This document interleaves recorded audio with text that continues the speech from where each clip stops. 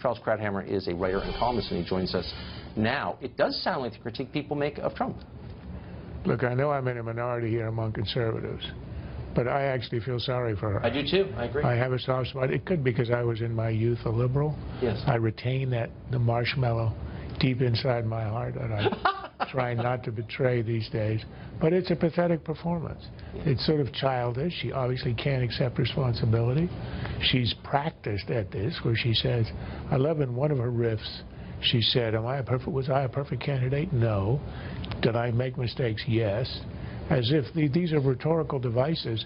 Whoever said she was a perfect candidate, she was a terrible candidate. She was the worst, the worst imaginable.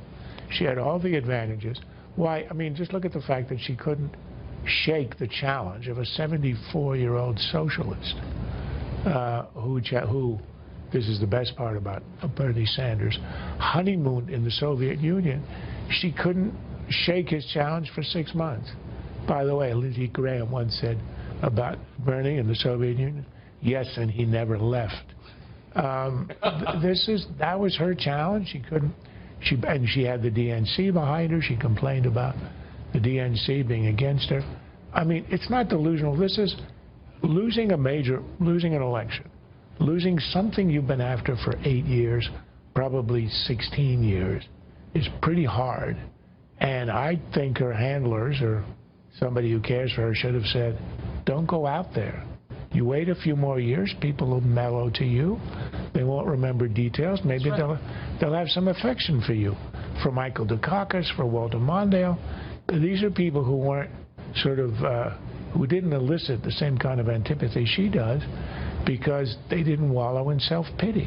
And anger, and it comes off, and I understand the disappointment. For sure, she put a lot on the line, and she lost, and you can understand her grave disappointment. She lost twice. But twice.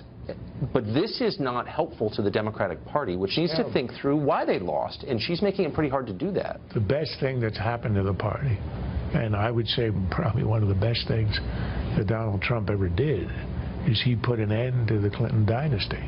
That was not helping the party, that was kind of trapped in the past. After all, why was she running? What did she stand for?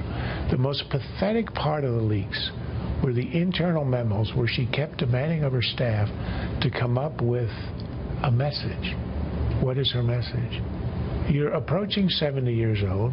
You've been running for a decade, and you don't know why you're running? She never knew why she was running. It was her turn. It was like that famous moment in the late 70s when Teddy Kennedy was running for president, and Roger Mudd asked him, why are you running? And he couldn't answer. The answer was, because I'm supposed to. That was what, I'm supposed to, I'm entitled to, combination of. But she didn't care. Sanders had a message.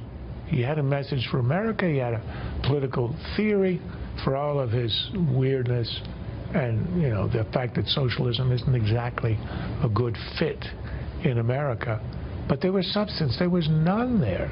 And I think in the end, that's sort of what defeated her. There was no rationale for her run. And the Democratic Party suffered being trapped by the Clinton machine, Clinton dominance. Nobody would rise. There were no serious candidates to challenge her, which should have happened. But she cleared the field. She had all the money.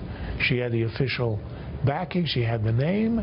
She had the association with the president looked at in some ways fondly, but at least by Democrats. And that wasn't enough. It wasn't enough. Boy, what a sad story. What a sad story. I think we should have, I don't want to be cynical about this, but really she ought to just let it sit for a while. Yeah.